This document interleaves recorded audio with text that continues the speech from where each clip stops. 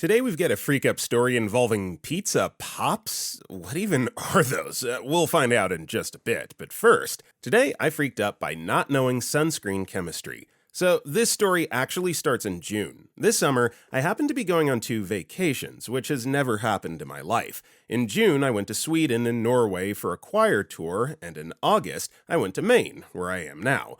While packing for Scandinavia, I thought I should bring some sunscreen. I know Norway is rainy, but I didn't want to risk a burn in a different country, so I grabbed my bottle of sunscreen. However, due to TSA regulations, I thought it would be easier to put it in my carry-on, so it needed to be less than 3.5 ounces. No big deal, I thought. I'll squeeze some into a travel bottle to have, and so I did. I used a bit of sunscreen in Norway, and when I got back, I stowed my travel container under my bathroom sink and thought nothing of it. While packing for Maine, I pulled my travel container out and thought, great, I have sunscreen already packed, and went on with my life.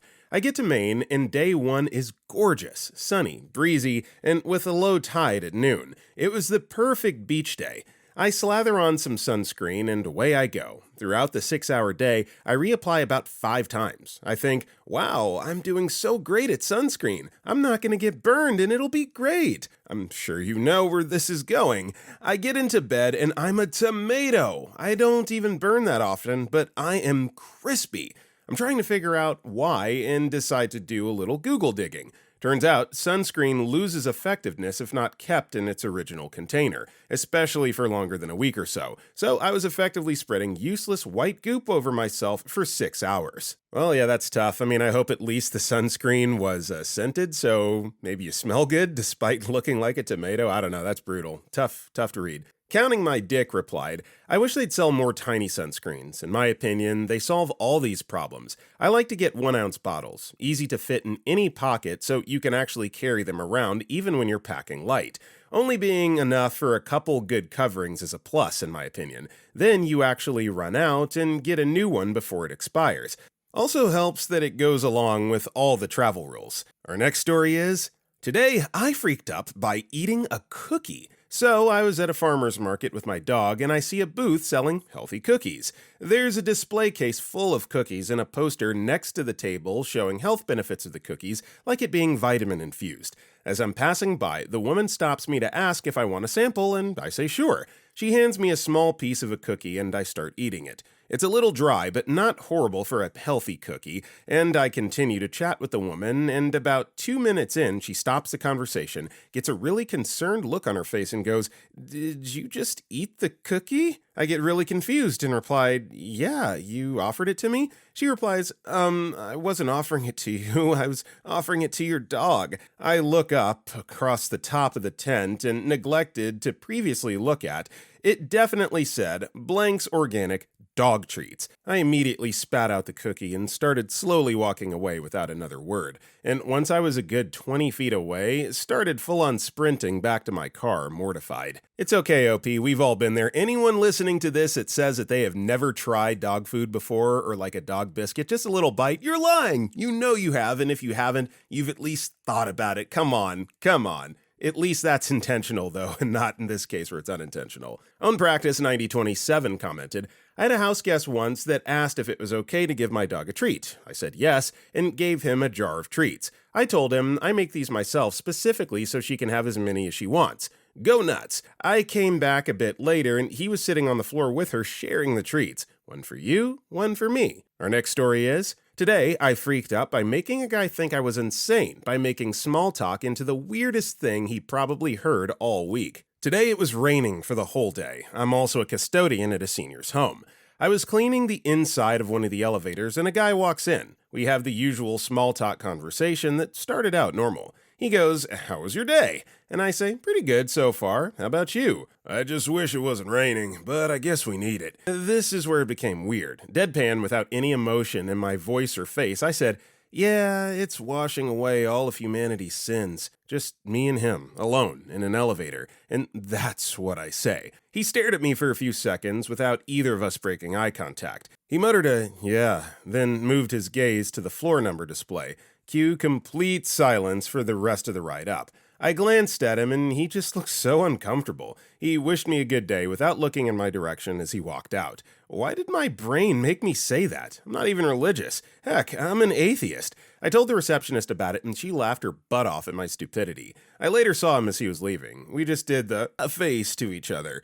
On my way out, I said to the receptionist, "All right, I'm gonna go wash away my sins." Yeah, it's just one of those situations you just have to laugh at yourself. If you don't, then you're just going to cry at yourself, and laughing is so much more fun than crying. Our swordsman replied, "Yeah, that sounds absolutely insane, in a creepy but also mysterious way. Thank you for making me feel normalish in the event that I say similarly bizarre things and have no idea why." Our next story is, today, I freaked up by making fun of a disabled child. This actually happened years ago, but it's my most embarrassing freak up, so I wanted to share.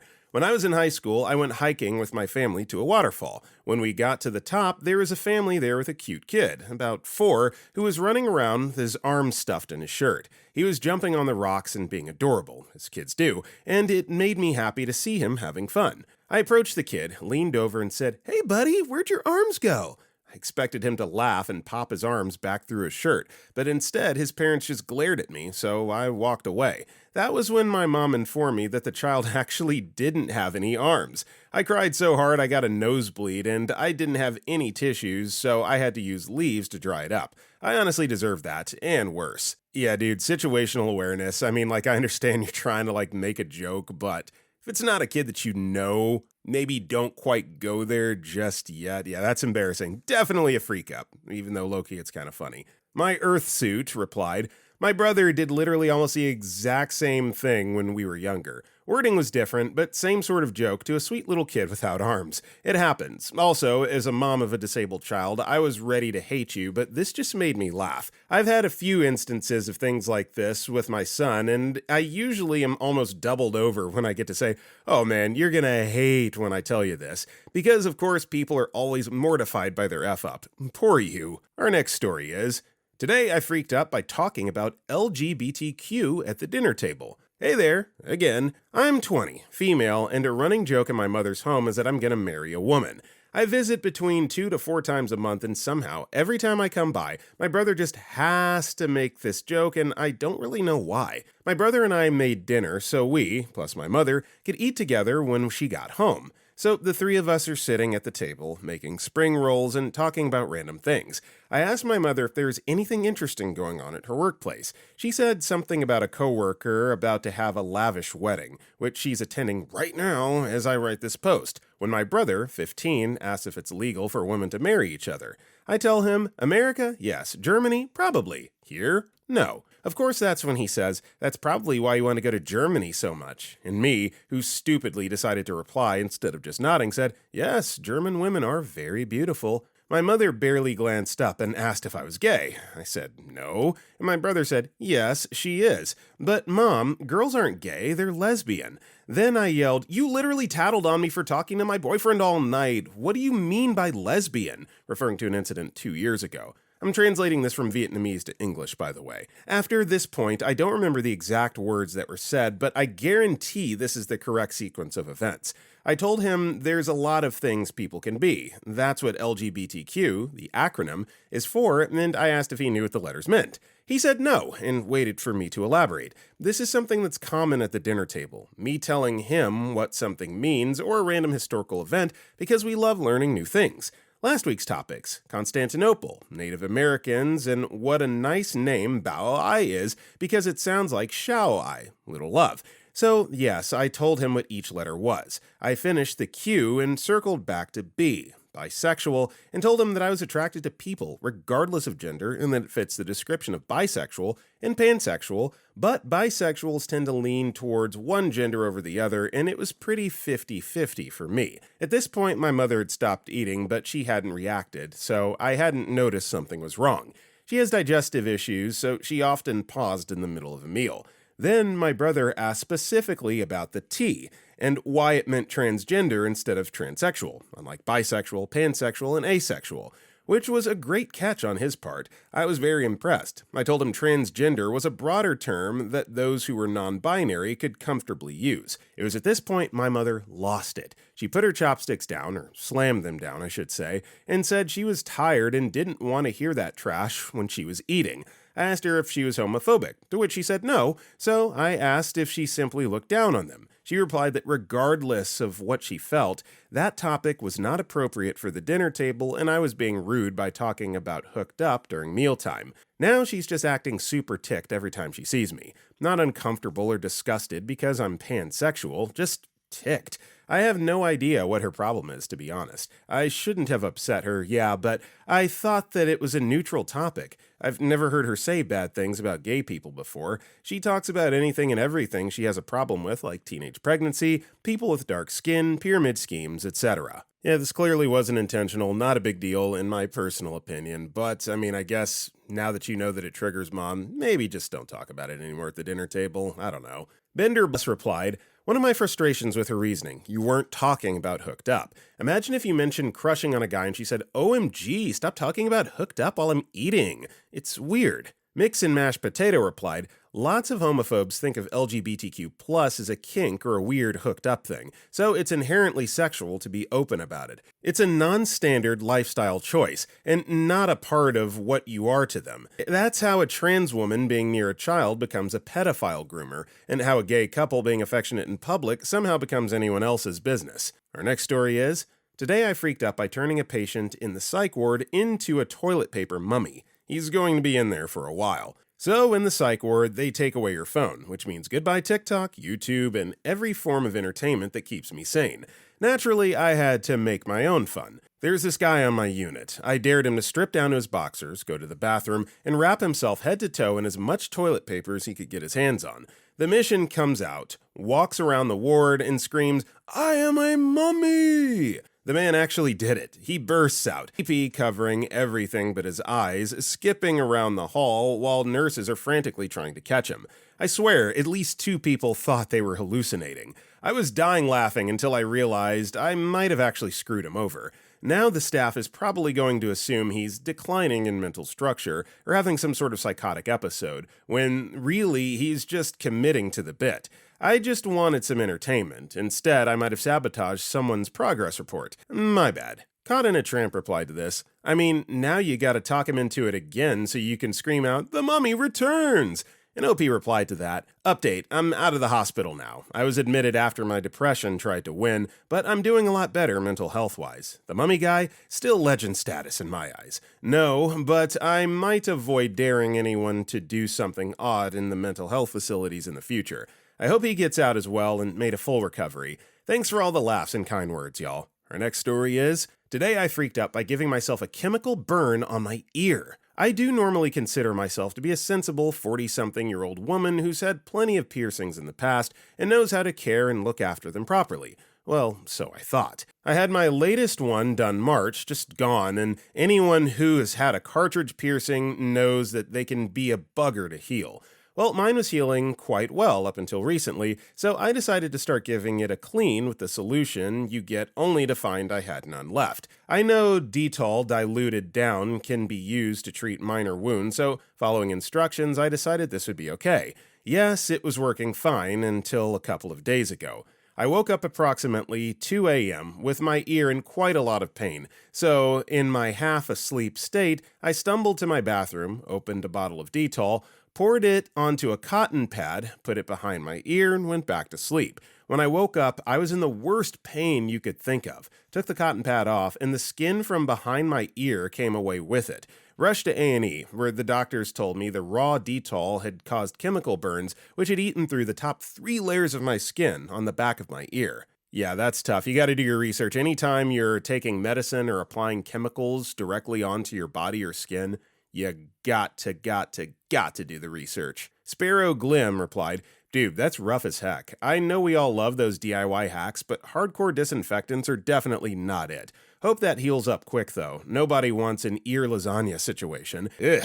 Pro tip, saline solution's always a safe bet for piercings. Can't go wrong with a little salt water. Speedy recovery, mate. Our next story is, Today I freaked out by almost sending my neurodivergent 7th grader to school as the new HR director. Today is my first day of school, and this morning was supposed to be smooth. I had a plan: wake up early, go through my kid's brand new school supplies with her, pack them in her backpack, and get her to school with time to spare. Why not do this last night like a reasonable person? Because my kid is AUDHD and kind of anxious, and raising her is a bit like raising a ferret. She's very responsible for her age, 12-year-old female, but the connections her brain makes are sometimes unpredictable. If we'd packed over the weekend, or even the night before, she would have gotten into the bag just to check something, and we'd end up with her stuff scattered to the four corners of the house. Morning of was the safer bet, and the ritual of going through it all would get her in the right headspace before school. Except my kid woke up way before me. She wakes me up before my alarm and proudly announces she's already up, dressed, ate breakfast, and packed her school supplies in her backpack. She tells me I can sleep a little longer. This isn't entirely unusual. On exciting days, she sometimes wakes up early and is surprisingly productive. This is also a good time to mention that I'm decidedly not a morning person. I wake up most days unsure what year it is or what my name is. So to my very foggy morning brain, this sounds amazing, and I sleep an extra 15 minutes. Fast forward to the kitchen. Moments before leaving, I see some odd-looking packaging materials on the counter. "What's that from?" I ask. "My school supplies," she says confidently. That's when I notice my brand new $2,000 work laptop box is missing. Where's the HP box? "In the living room." "And the laptop?" "In my backpack." She had carefully packed my work laptop, the charger, and the setup instructions. Cue me explaining that no, she has a Chromebook for school. She knows she has a Chromebook for school. It was in plain sight plugged into the charger on the same kitchen table where the HP box is sitting. My bad. Honestly, I can see how we got here. Her eyes get huge. She swaps it out and is apologetic. I reassure her that there's no harm done.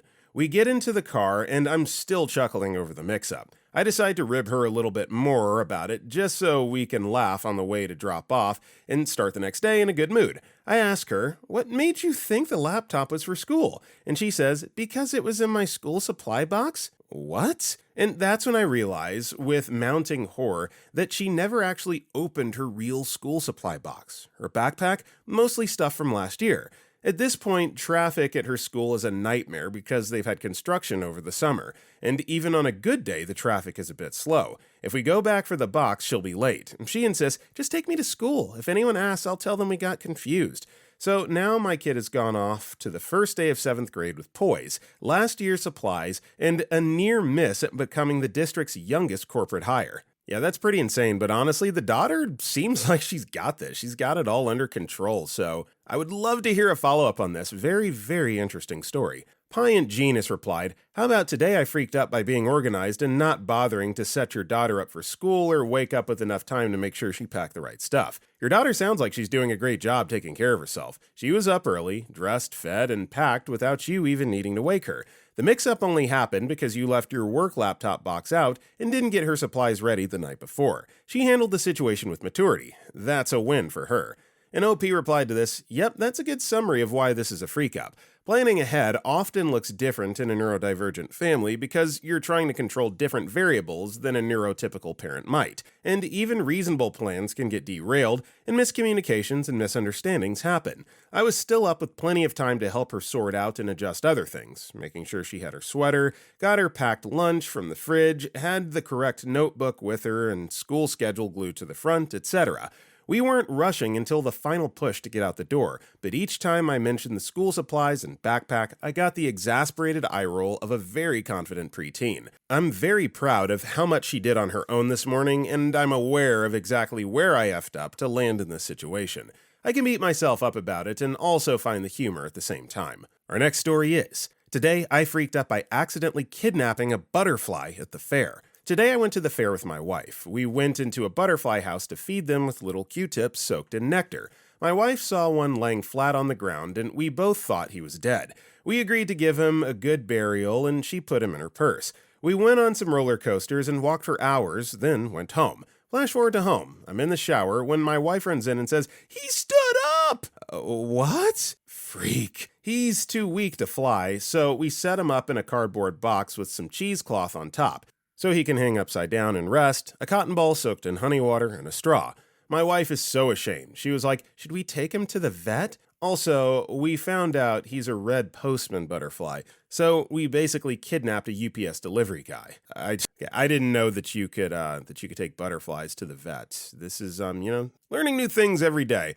Interesting story, but yeah, red postman butterfly. Legit never heard of that. Amazing. Faye Oaks replied to this, "You took a butterfly from an exhibit because you thought you would give it a burial? That's ridiculous. You just wanted it because it was pretty. If you had left it there and it died, the people who own the exhibit might have turned it into a mounted specimen, or they may have fed it to a reptile in another exhibit. Instead, it's unaccounted for because you put it in your wife's purse. I'm not sure why you thought a purse was a good place for something that fragile in the first place." Our next story is, "Today I freaked out by setting my house alarm off and having the police show up at 3 a.m.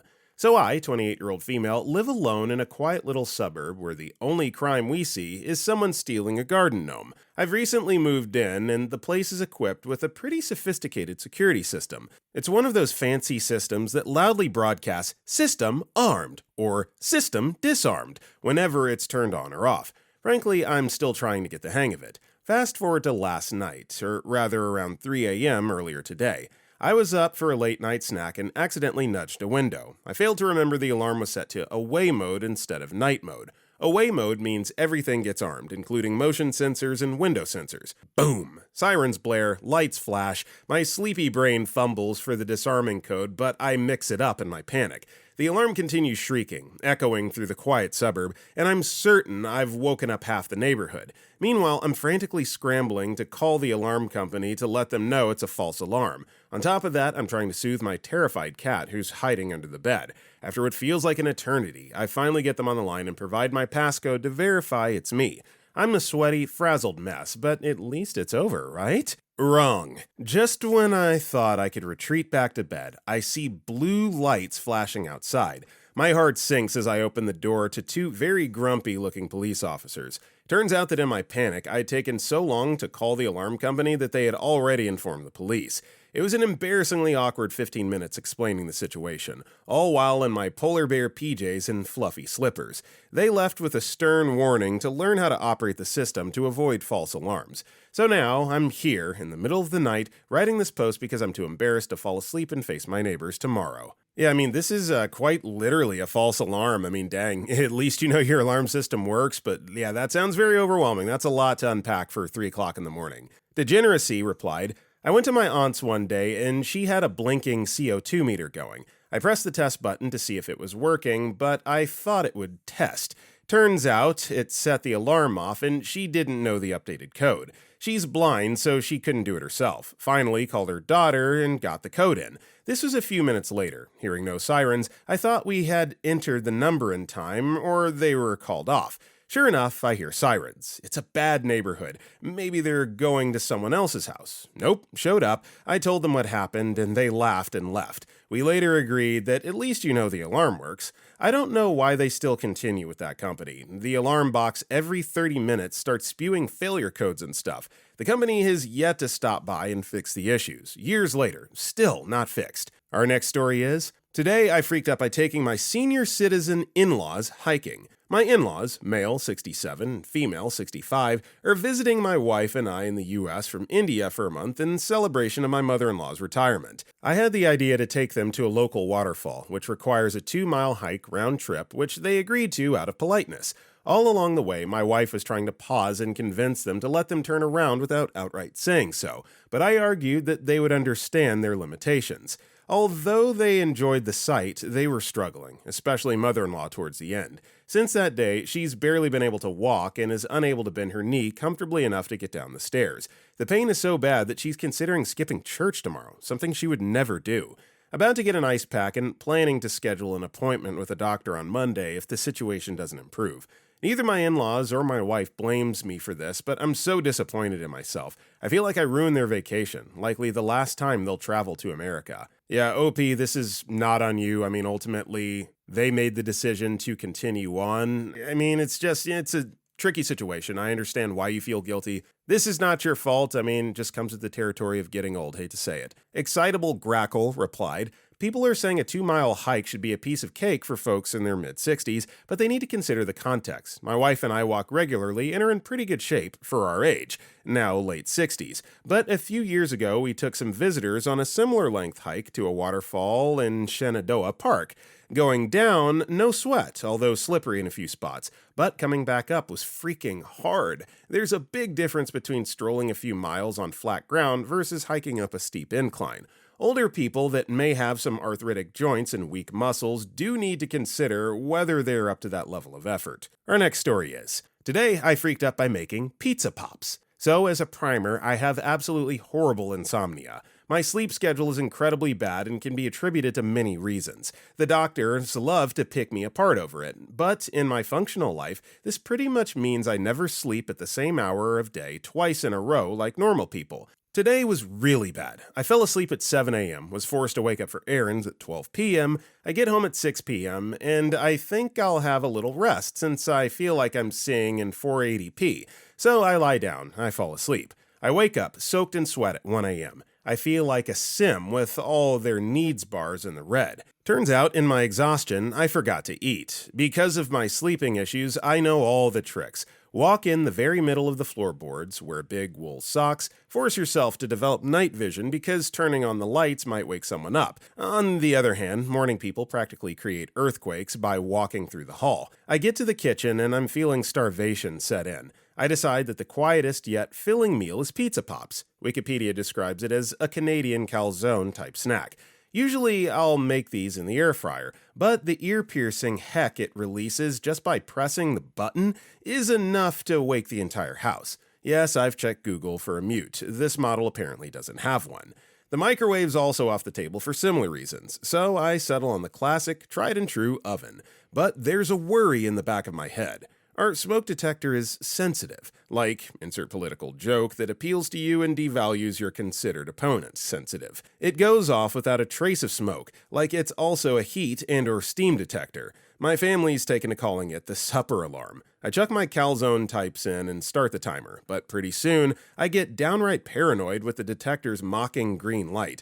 Multiple times, I grabbed the step stool and stood face to blinker, considering taking it down and putting it outside or something. But my other, more rational brain lulled me into security. That it'd be fine. But I still spent the 15 minutes walking around the kitchen and waving around a dishcloth like a loony. The timer silently goes off and I'll finally be saved from malnutrition. I reach into the oven, I take my pizza pops out, and that conniving idiot, just as I'm out of the woods and about to close the oven door, starts screaming. I vault awesomely, hurriedly run around the kitchen island and start beating the utter crap out of the detector with the dishcloth. And it goes silent, but the damage is already done. In the now silent house, I can hear beds creaking, and I feel utterly terrible.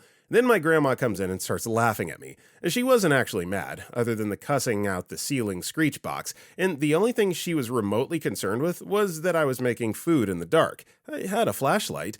Couple other people woke up, but didn't really care upon hearing there was no fire. I wrote this post while eating my pizza pops. I'm also ever grateful to my family for putting up with my bullcrap, and I'll probably make a sandwich next time. Yeah, make a sandwich next time and also just turn the light on? Why were you doing this with a flashlight, buddy? Come on. True Country Girl 2006 replied, add an air fryer with a mute function to your Christmas list. Almost guaranteed someone will get it for you because it benefits the entire house. Also, look into the Nest smoke detector. You can silence an alarm from your phone before it goes off specifically for this reason. An OP replied to this, didn't add because it wasn't relevant to the post, but I don't live here, just visiting for a bit, and I'd forward the smoke detector to my grandparents, but neither of them own a phone. Very good suggestions for my doppelganger that might be in the same situation though. Alright everybody, that is all the time we got for today. If you enjoyed the video, don't forget to like and comment down below, and if you want to check out any of our other videos, click the video on the right. I got nothing else for you. I will see you all next time.